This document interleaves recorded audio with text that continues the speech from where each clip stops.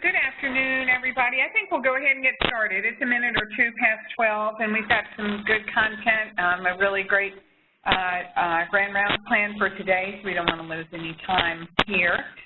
I'm Linda Talley. I'm the Chief Nursing Officer here, and I'm here to not only introduce our speaker, but to give you a little bit of context and background in terms of the work that we've been doing organizationally in earnest for the past 18 months. It really probably stretches back a little bit further in time, and that's really looking at workplace violence, and we have a task force, lovingly referred to as the Disruptive Patient Task Force. So I'm here to give you a little bit of context and background in terms of the work that we've been doing, specifically focused on workplace violence, and workplace violence is defined as any violent act that's directed towards a person on duty, which is either physical or verbal abuse. And, you know, I don't know if it's a surprise to you all to learn that healthcare gets a disproportionate amount of incidents of workplace violence reported as compared to other industries like construction, manufacturing, or retail. In fact, I guess in healthcare and social assistance in 2013, they reported 7.8 cases of serious workplace violence out of 10,000 full-time employees, and comparably then in construction, retail, manufacturing, they're only reporting about 2 cases per 10,000 full-time employees, just to give you a little bit of perspective.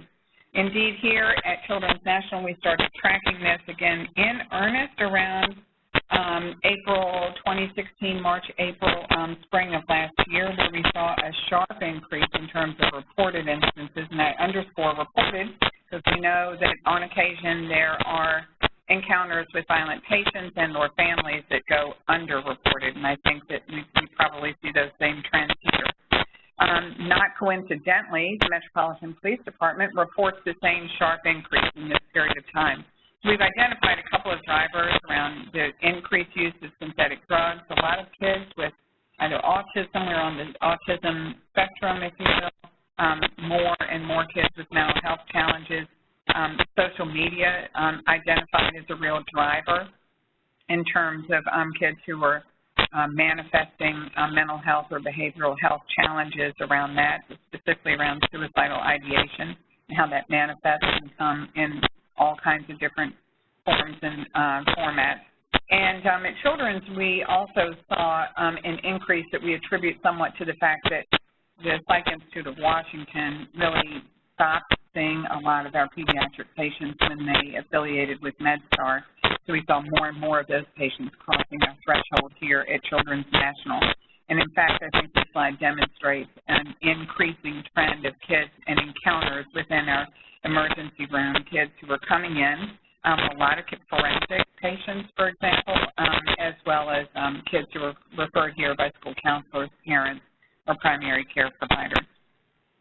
So about a year and a half ago, we looked at the work ahead of us, and we developed a task force, and we really focused on 3 main focus areas, and that was around what we could do to make our facilities safer. To that end, we did some enhancements in terms of space where we manage these kids in the ED. We identified rooms on 7 East where some of our kids become boarders to make into safe rooms. That is still a work in progress. And many of you have been following closely the renovation that's taking place for our kids who are admitted to either adolescent psych or child psych. And that unit is due to have their first opening, if you will. There's a 2-part opening. It'll be fully open in the spring of, or the late winter, of 2018. But hopefully this week we'll be opening at least 12 beds for our adolescent psych patients. So that's been a project 40 years in the making. This first renovation that they've had in 40 years, a beautiful unit. Hope you can see that soon. Around our educational efforts over the past year, we encountered and engaged 516 of our staff, primarily focused on the ED and 7 East and adolescent and child psych, getting them some foundational training and skills. We call it CPI training, and it's really geared to give people some immediate actions and assessment skills and ways to de-escalate a situation that they may encounter, again, where a patient or a family is known to be disruptive. We had a town hall with the Metropolitan Police Department last summer at this time. We had a special grand round series last summer 4 grand rounds back-to-back last summer that was singularly focused on the topic of behavioral health. This just shows the different disciplines that we hit in terms of our educational effort to get people the basic fundamental skills and competencies that they need when they're encountering and managing and caring for this patient population. And we've been able to show some real significant decreases in terms of the number of reported instances of workplace violence. Now, I'm told by those folks in PI who are supporting us with this work that we need one more data point below the control line to say that we've really made a difference, and we're at 7 points below that line. So I think there's some noticeable effort and some good outcomes that align with the efforts that we've made around this. Other action items and things to come right now, we're piloting a behavioral emergency response team. We've had 7 East has been our pilot unit. In September, we're going to extend that support out to the folks on neurosciences, because again, this summer or early summer when we were still seeing a lot of border kids, we were housing those kids both on 7 East and neurosciences as well as in the ED when we're at capacity on our behavioral health care unit. This is a team that's designed to come when you need them as backups. They can either help with the, support the team, help to support the patient family. Most often they're helping to support both, to take another look at the care plan, make any recommendations to help de-escalate and to help us from, kind of getting into an otherwise untenable situation. Looking at care model redesign, so through the budget this year, we introduced some additional positions around the use of behavioral health specialists, kind of adjunct members to lift up the work of the care delivery team so we can see kids wherever they are along the continuum, not just in APU and CPU. We make good use of safety attendance. We've doubled the number of sitters that our patients get. And now this year we're going to be recruiting not just nursing students to fill that role, but psych students as well. We've had initially a really good response to that effort. And then we're looking at different outcome metrics that we're going to be reporting not only here internally to the Quality Council, just in terms of workplace violence as we measure through incident reports. We're also working with SPX. So on a national level, children's hospitals are now taking a real interest in this measure, and they're going to be tracking workplace violence in terms of lost days at work. And now the folks that we benchmark with from a nursing excellence perspective at NDNQI have also made a new measure available for us to benchmark against, and that's looking at assaults specifically on nursing personnel. External activities, well, we've been really working hard internally to shore up and, again, look at our care delivery model facilities and our educational efforts. Kurt and Kathy Gorman, Dr. Chokshi have been out and about within the community, really, to advance partnerships with those within the community, be it at Department of Health, PIW, Shepherd Pratt, any other kind of interest groups within the community, raise the level of awareness and continue to leverage our position as advocates for kids to make sure that they have the resources external to this organization, hoping that that effort helps us to drive down the number of encounters that we have to have here in our emergency room. So that just gives you a little bit of context in terms of what we've been up to, and it is a nice segue into today's grand rounds, which takes us to the next level, looking at trauma-informed care. It's my pleasure to introduce Dr. Benny Chokshi. She is a pediatrician at the Goldberg Center for Community Pediatric Health at Children's. She's also an assistant professor of pediatrics at the GW School of Medicine and Health Sciences. She received her medical degree from the Albert Einstein College of Medicine and completed her PEDS residency and chief residency here with us at Children's National. Her current clinical work is focused predominantly on adolescents within the Adolescent Health Center at Children's. She's also recently taken on the position of co-medical director of the Healthy Generations Teen to Tot Clinic. Her research interests are focused on adverse childhood experiences, trauma, and other social determinants of health, specifically how to train outpatient providers in communications regarding these sensitive topics. She's passionate about medical education, and this year is a part of the Master Teacher Leadership Development Program cohort. It's my pleasure to welcome Benny to the podium.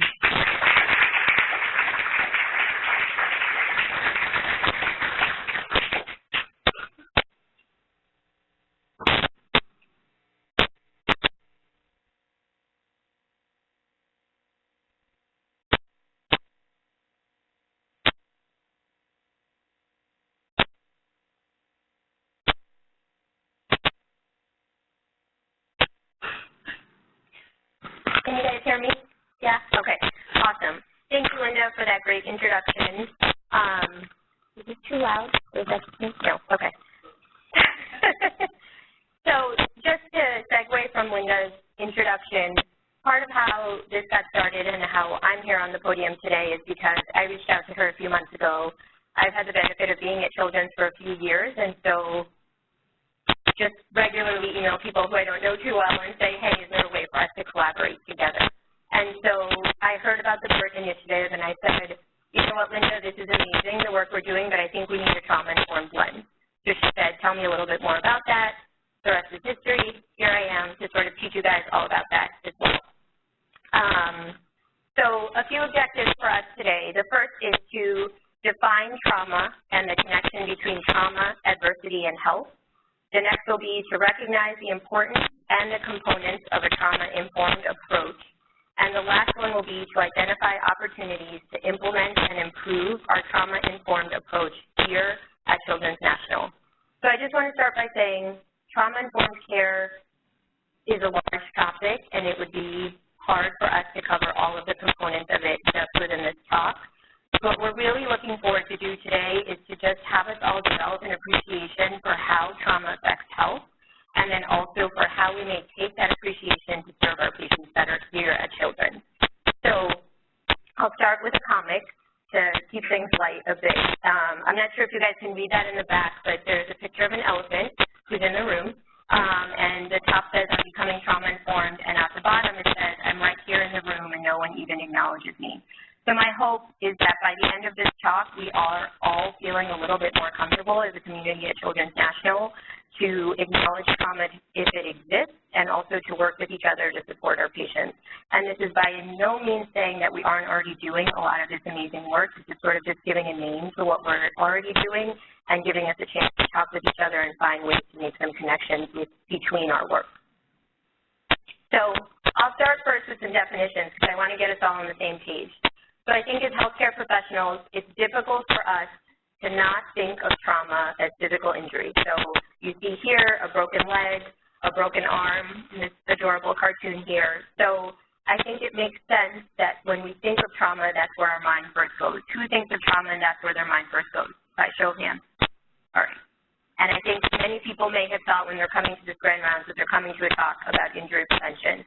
And just to sort of make fun of my old residency program director and still the fearless leader of these residents back there, when Divesh Agrawal introduced me for Prof Rounds a few months ago, I had told him to prep him that I work with trauma and adversity within the Goldberg centers, and he paraphrased that to say that I'm working with injury prevention with the Child Health Advocacy Institute.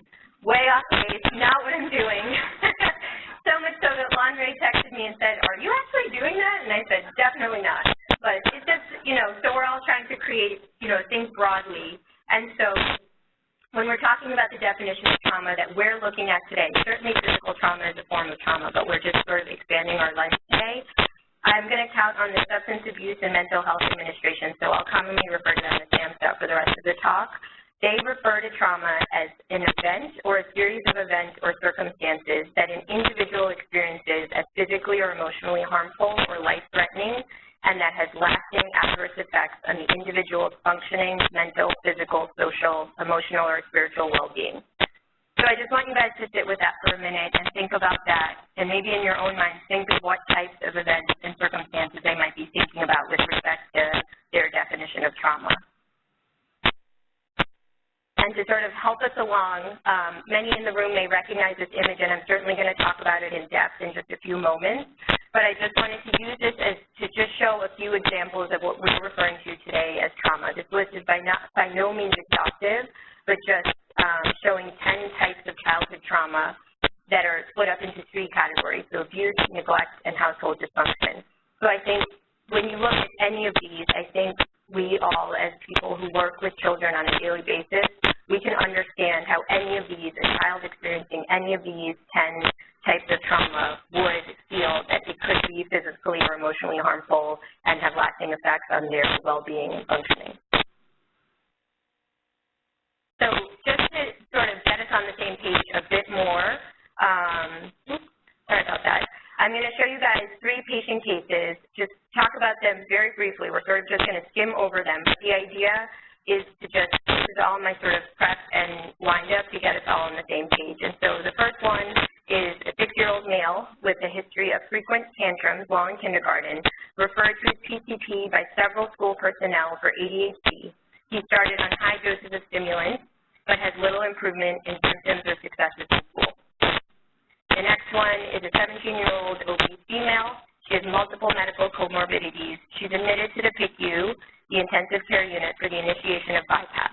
She has frequent anger outbursts with the medical staff while she's admitted, and they become frustrated with her, not only with her demeanor, but also with her poor compliance and perceived lack of desire to get better. The last one is a 15-year-old female with a history of several sexually transmitted infections, who presented to the emergency room for the 3rd time in 1 week for a complaint of abdominal pain. Do these cases sound familiar to folks? Yes? Show of hands? Yes? All right. Ooh, that's what I was looking for. All right. So explaining this a little bit further, I wanted to go behind the scenes, okay? So for the first case, so that's the patient who has a history of ADHD and it started on stimulants. So at home, his father has a history of alcoholism and the mother is a victim of domestic violence.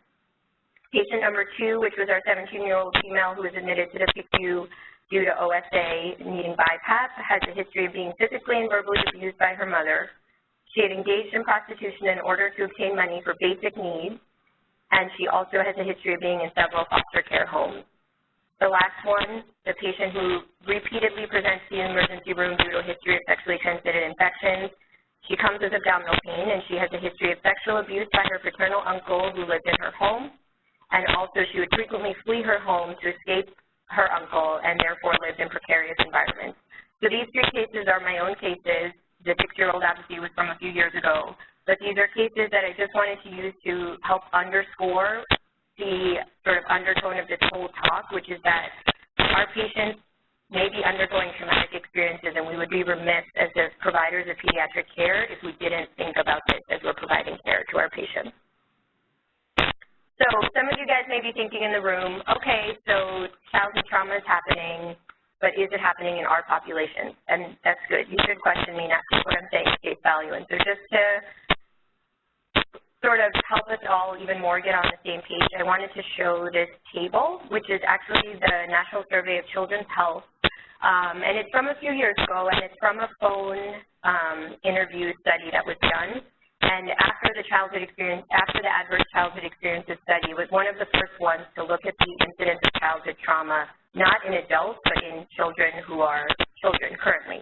And so what I really wanted to highlight was the rates in Washington, D.C. versus the national rates. And so if we look at has been a victim or witness of neighborhood violence, our rates in D.C. are 16.6% in children aged 0 to 17 years, and when we look at the national average, it's 8.6%. Another one that was quite striking for me is the death of a parent. So the national average is 3.1%, and the average in D.C. was 7.1%. And then we look just at the last row, which says a child has had greater than or equal to 1 adverse childhood experience, which we'll talk about what that term means. That's a form of trauma. And the rate is 50.6% compared to the national average of 47.9%. And when we consider the fact that this is a phone survey, I know I'm not the only one in the room who has trouble getting in touch with my patients by phone. And so if we think about the fact that a lot of our patients are difficult to get in touch with by that mechanism, and then if we think about how these rates we know are higher in those who live in poverty, we can imagine what the rates are among our population as a Children's National. So I hope that everybody's feeling galvanized to sort of pay attention to these things. And so, the next thing that comes about is, okay, so we've made a case and we can probably imagine the ways in which childhood trauma can affect health, but I do think it's worthwhile for us to just spend a few minutes on that. So this is a slide that I just showed a few slides before about the Adverse Childhood Experiences Study. So I know that this is a study that many have heard about before, and certainly all of the pediatric residents in the back of the room who have worked with me do not leave their 15-minute or 1-week-long session with me as they're attending without knowing about this study. So it's something that I preach and sort of want everybody to know and understand. So just to give some background to what the Adverse Childhood Experiences Study is, it took place in the 1980s, 1990s, and it was two physicians, one from Kaiser and one from the CDC, who initially were inspired to do this work because they had patients who were dropping out of an obesity clinic. And what they thought was interesting was that even the patients who were losing weight were still dropping out. So they started to do some research and some interviews to understand why patients were dropping out. Almost by accident, they realized that a huge proportion of the patients in the study had been victims of sexual abuse, and that spurred them to do a research project on a larger number of individuals. So they saw 17,000 Kaiser individuals, so half were female, half were male, you know, about 70% were college educated, and you think they all had Kaiser. So this wasn't a population of people who were in poverty. They were lower, middle, upper class folks who could afford Kaiser insurance. And so what did they find? Their results were quite startling. And what they found were that these adverse childhood experiences, these 10 types of childhood trauma that they focused on, they found that they were common and also that they clustered. At least 2/3 of the population had equal to one or more of these childhood experiences that you see here. And then they found that 86% of the people who reported at least one adverse childhood experience had reported it, even had more than one. So that was pretty striking. But again, we think, okay, why is that important for us as pediatricians?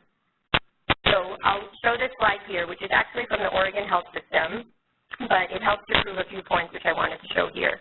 The first is that if we look, I'm not sure how to work this thing, but if we look at the bottom row, we see poor health, being a smoker, obesity, depression, asthma. These are all health outcomes in adults, and along the y-axis, you're seeing the higher likelihood compared to the general population if you have 1 ACE, 2 ACEs, 3, or 4.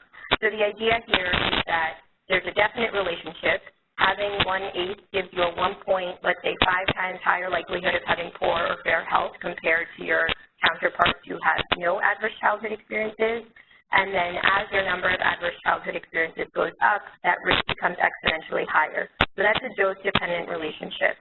So this was pretty striking, and the adverse childhood experiences study was sort of the pioneer that led, there have been hundreds of studies to follow it, and the studies have looked at why does this relationship exist, but has also started to look at the relationship in children themselves. And so you guys may be thinking, okay, these are all adult diseases. Why do we have to pay attention to it as providers of pediatric health care? But the idea is that this is childhood trauma. It could be happening right in front of us, and we are in a unique position to sort of respond to it. And that's sort of the point that we want to be making here. So the next question is, why is this happening? What's the relationship between these childhood traumatic events and the adverse health outcomes? The relationship, in the most simplest way, links back to stress. And so everybody knows that there's types of positive stress, right? So before I gave grand rounds, I had an increase in my heart rate before I got up to the podium. Or if you are being chased by a bear, I always say the increase in your heart rate or the adrenaline helps you to run away from the bear. Those are all positive types of stress, and they're positive and they're also not long-lasting, right? So once I'm done with those rounds, I won't be nervous anymore. Once the bear is away, you're not nervous anymore. Then there's tolerable types of stress, and so those are more stressful events that can happen in your life. The unfortunate loss of a grandparent, for example, I'll use as an example. If you have supportive relationships, that stress can also be tempered, can also be short-lasting. The type of stress that we're talking about is toxic traumatic stress, and that's a prolonged activation of your stress response system in response to repeated childhood trauma. And that can also be made worse in the absence of protective relationships. So the way I always explain that, if you think about the example of the positive stress and being chased by a bear, but if you think about being routinely and constantly chased by a bear at home and how your body would respond to that, even just imagining that for a minute may help you understand how some of these individuals may feel by being exposed to childhood trauma. Does anybody have any questions about those links so far? Okay. So this is just showing that in a different way. Basically, the stress hormones that come with respect to an exposure to trauma just disrupt our homeostatic attempts in our body. I like this photo because it just seems like chaos, and I like this, that's sort of what's happening in our body. This is just a photo that a lot of my colleagues and I like to show. It's showing a healthy brain on the left and then an abused brain on the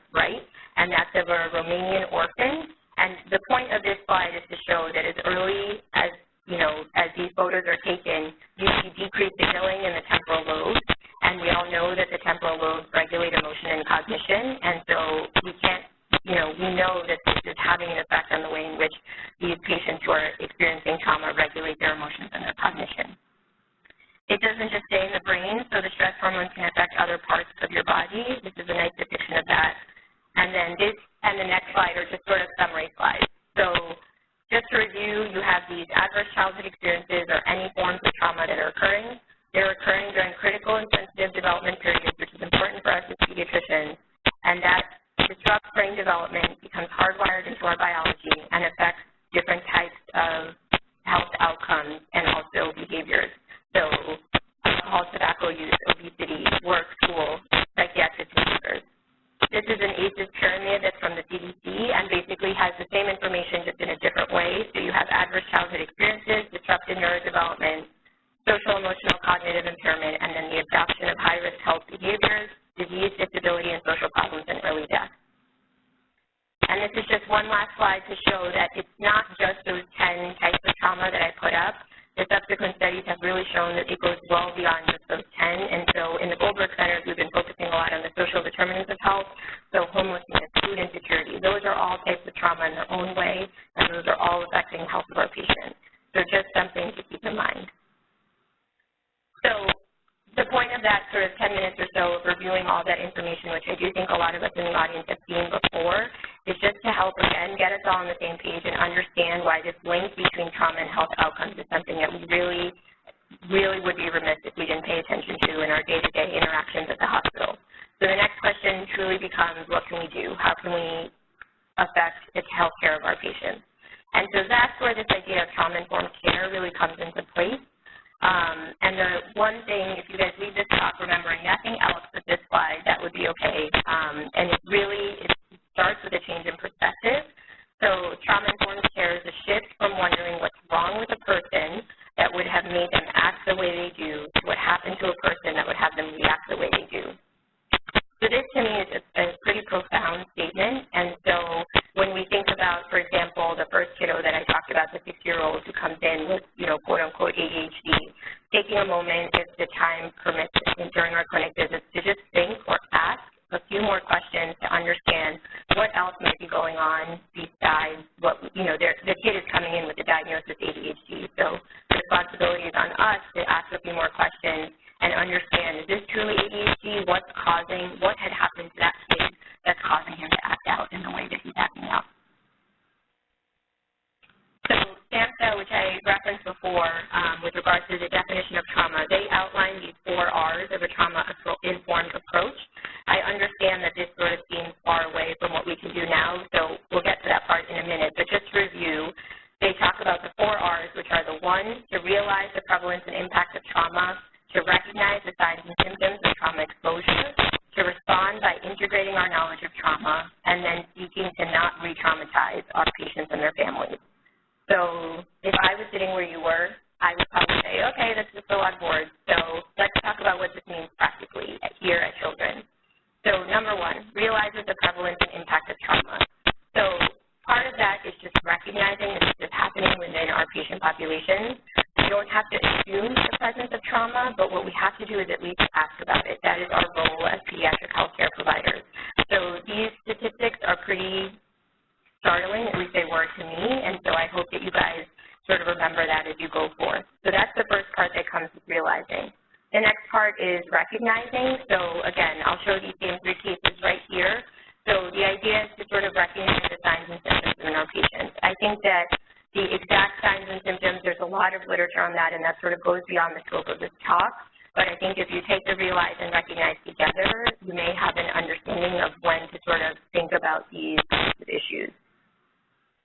And, this is a quote from the Sanctuary Institute. What we identify as maladaptive behaviors are really misapplied survival skills. So that's just a way to say, again, that change in perspective, sort of understanding what we're seeing in front of us may not be, what exactly we think it is. So asking a few more questions. The next is responding. So this is a busy slide, and I apologize for that, and we'll get back to it. But what does it mean for us to truly respond? And I think the response is different on a personal level on an organizational level, and then an institutional level. So on a personal level, you can ask the screening for history of trauma. This is often the questions that the residents ask me about the most. And so everybody has their own voice, and a few of my colleagues are in the audience, and they'll share with you in a bit how they ask. But what I say to patients is, I'm a provider that believes the mental, physical, emotional are all related. With your permission, do you mind if I ask if anything stressful has happened in your life since the last time I saw you? And, people may not respond right away. I may have to ask a few follow-up questions. It may be 3 visits later that they let me know something. But the point is that asking is an invitation, and just simply listening is therapeutic in itself. Then there's these 6 principles of trauma-informed care: establishing safety, establishing trustworthiness, utilizing peer support, collaboration, empowerment, and understanding the context that patients are coming to us within. So I just want to underscore again, a lot of us are already doing this work, and I by no means am saying that we aren't doing great work here at Children's. Part of this is for us to sort of put words to what we're doing and sort of support the work we're doing as it's coming from SAMHSA, is really the guru, I guess you can say, with respect to trauma-informed care. The next, so this is really from like a personal organizational level, but from an institutional level, there's lots of things that we can do in terms of our response for trauma-informed care. So we can do workforce development, educate our staff about trauma. So that's why we're here today. This is the first of many educational endeavors we hope to take. You can do universal screening of all patients and persons. You can start working as multidisciplinary teams, which we're already doing, so using our social workers, using our case managers, using our institutional supports and resources. For example, a lot of you are familiar with DC MAP, and really just working with our community organizations, advocacy, and education.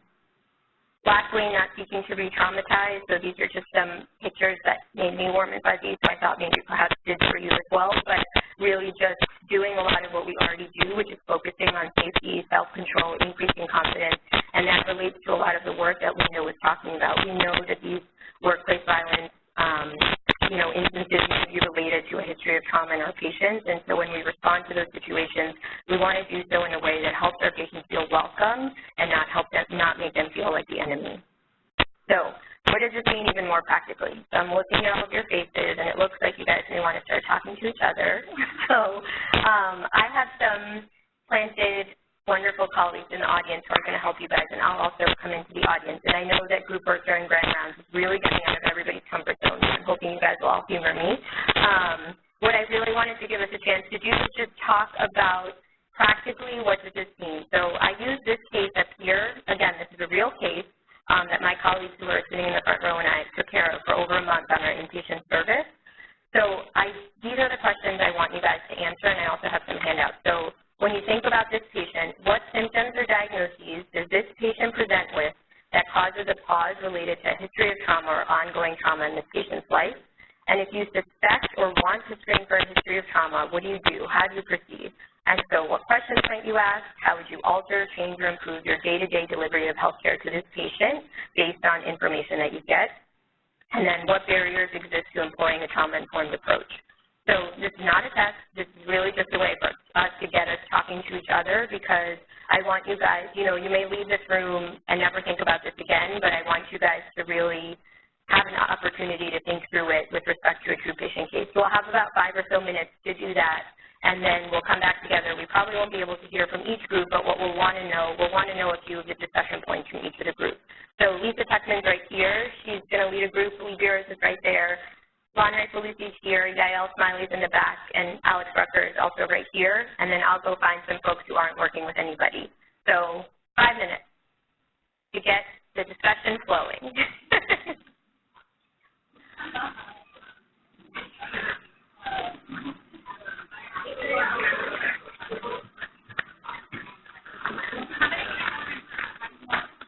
I think you can just work with, I'm going to go to that back room there.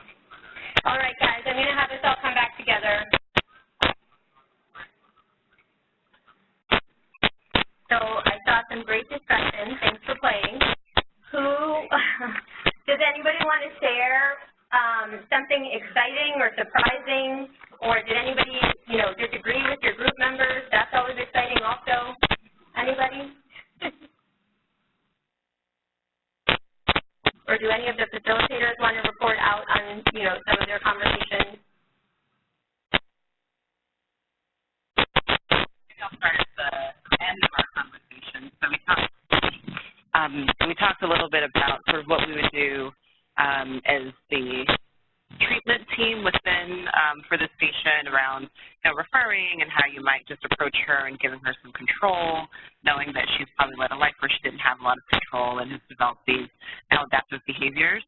But then we also sort of ended thinking even more globally, why is it that we are sort of in this model where we are medicalizing entire parts of this person's care. So even bringing in psychiatrists or other folks in is because there are payment models around that. So Dr. Weitzman just made that great point about thinking even more broadly that the entire healthcare system needs to change and in some ways is changing so that we can better align our inpatient care and even outpatient care with what's available in the community, knowing that that's where this patient's real drivers of long-term health really live.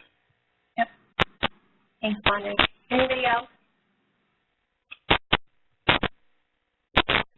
Our group started by talking about how important it is to recognize how this makes us feel as the people taking care of these patients, and the way that we can walk into a room like this already having been prejudiced by what's in the medical record and having a change in our demeanor, and to be aware of how it can make us feel to be taking care of somebody with what we know is likely to be a very involved set of problems.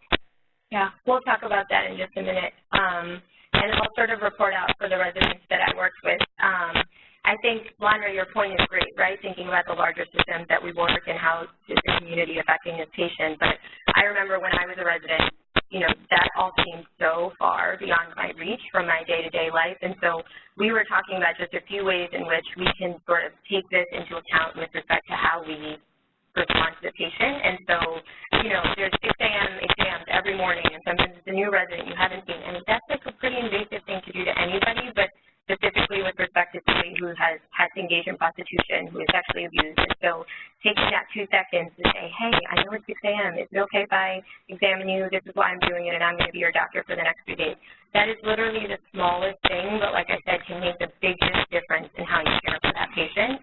And so we just talked about how sort of her frustration, her anger, her poor compliance could be related to her past history of not being able to trust her caregivers.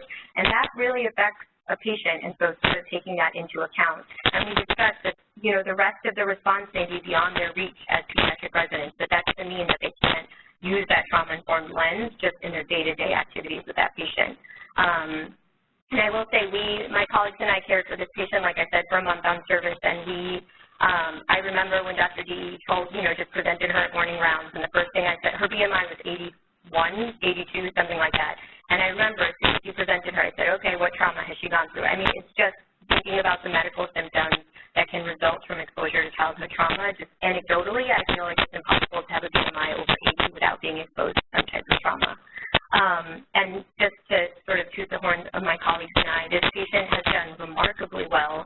And with the help of our amazing social worker, Carol Chase, and also the nursing team on 7 East, who really took care of this patient and, you know, made her their own. Went to Cumberland. She lost over 150 pounds, and it's not about the numbers and that, but I mean, I think that just speaks to her overall functioning and health and well-being. So I got that update a few months ago, and that was really exciting. Yep. Oh, hey, Cheryl.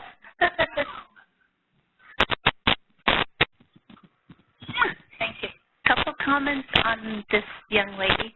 As Dr. Chokshi pointed out, she's a survivor, and I would like to say that the majority of these friends that Dr. Chokshi and company are seeing are survivors, right? So when you go in there in the morning and you do your visit, or you're in the ED or whatever, and they're coming back at you with their curses and slang and anger, and it's not you. It's how they've survived.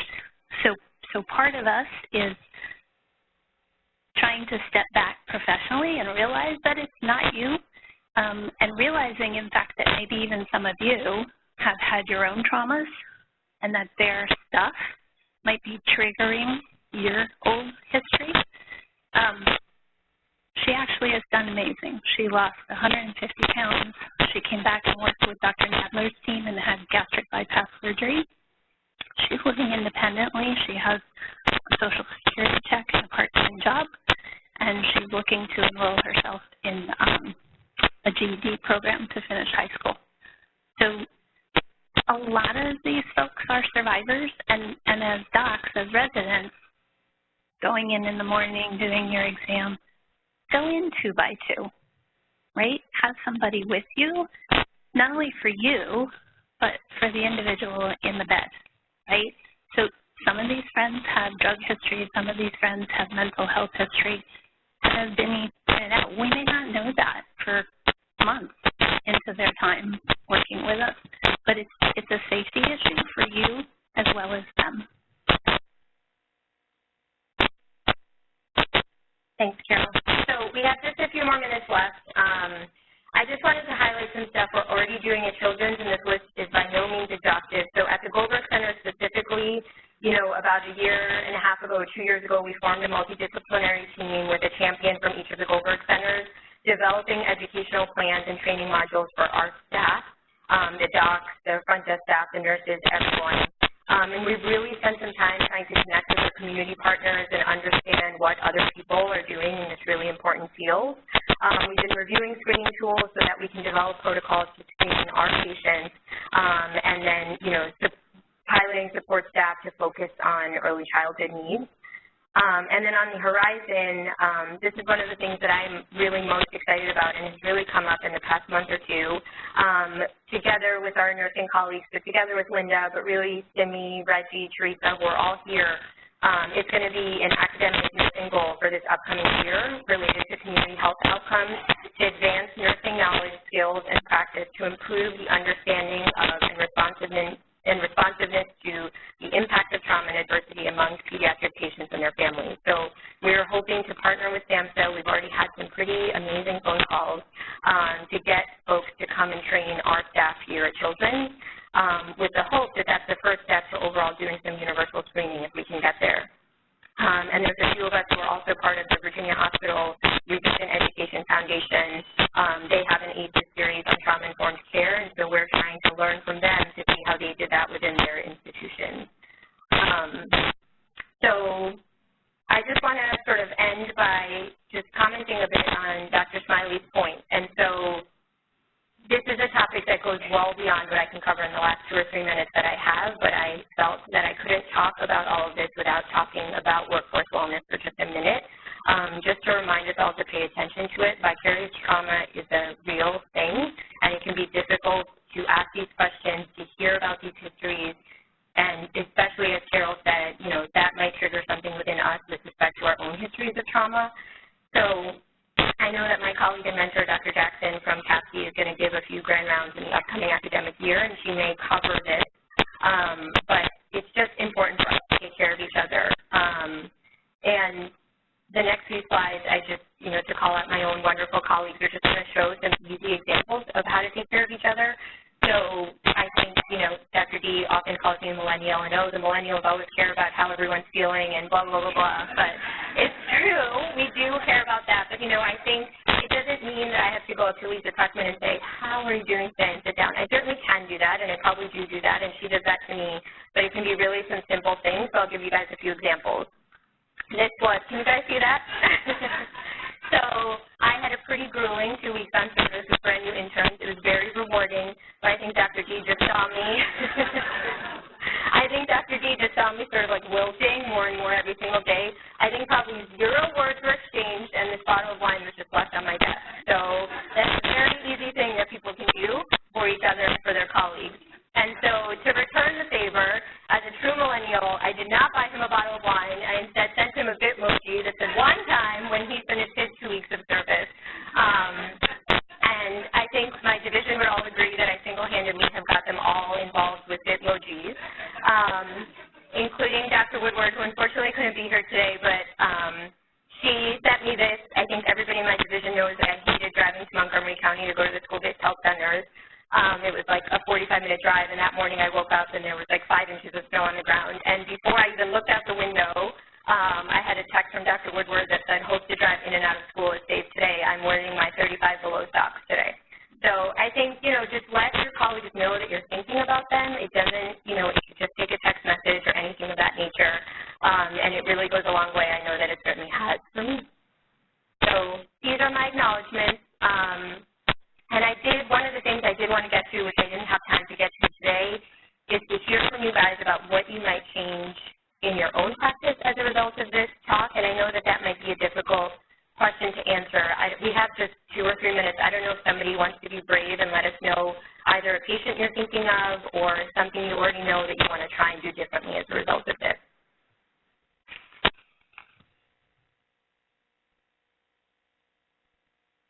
Yeah. I think that for me, what I struggle with is not in my clinic, but walking around. So if I see so I struggle with walking around the building. So like yesterday I saw a mom shouting at a little 2-year-old child. And I knew you know, oh, what has this woman experienced? And the little girl came right to me. I held her. I dropped my stuff.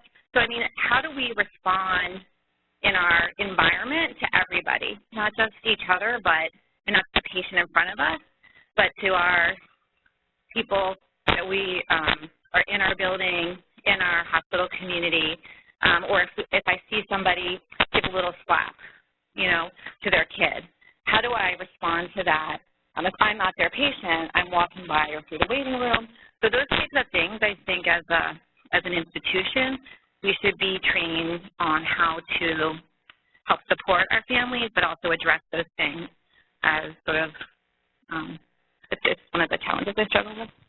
We agree, Lisa. I mean, I think that that's part of the work that Linda's doing, and hopefully the downstream effects so that we all feel a bit more equipped, and that our environment just gives a bit more of a welcoming feel, hopefully.